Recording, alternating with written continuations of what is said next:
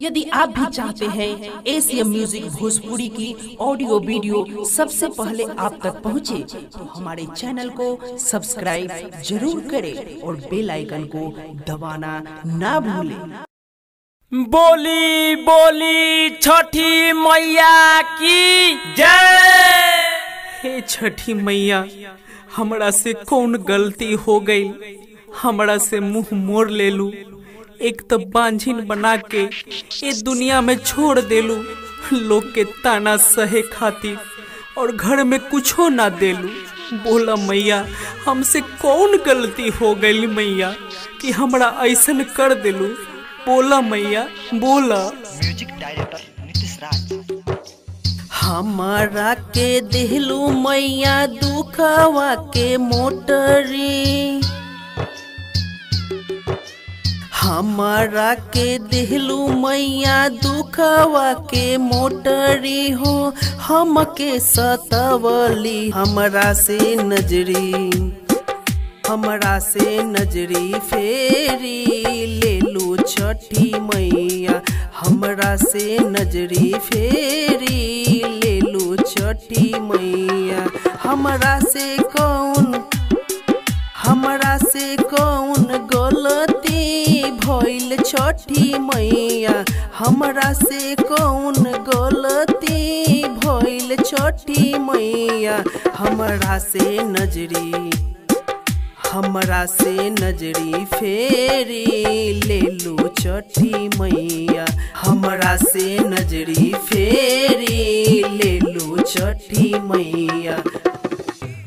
हे मैया, ऐसे काहे कैलू मैया। एक तो दुख के पहाड़ हमरा पर तोड़ देलू, घर में एगो खाए के अन्न नहीं खे, ऊपर से एगो गोदी सुना कर दिलू मैया। काहे मैया, काहे कैलू ऐसन। बरती जे करती मैया धनवा तू दीह तू, कुछ नहीं घरवा में बाटे। टोला मुहल्ला कोहे बांझिन हमके, भरी दिना गोदिया हमके। ए छठी मैया कोई से कोरी हम बरतिया, ए छठी मैया कोई से कोरी हम बरतिया। हमरा से नजरी फेरी ले लू छठी मैया, हमरा से नजरी फेरी ले लू छठी मैया।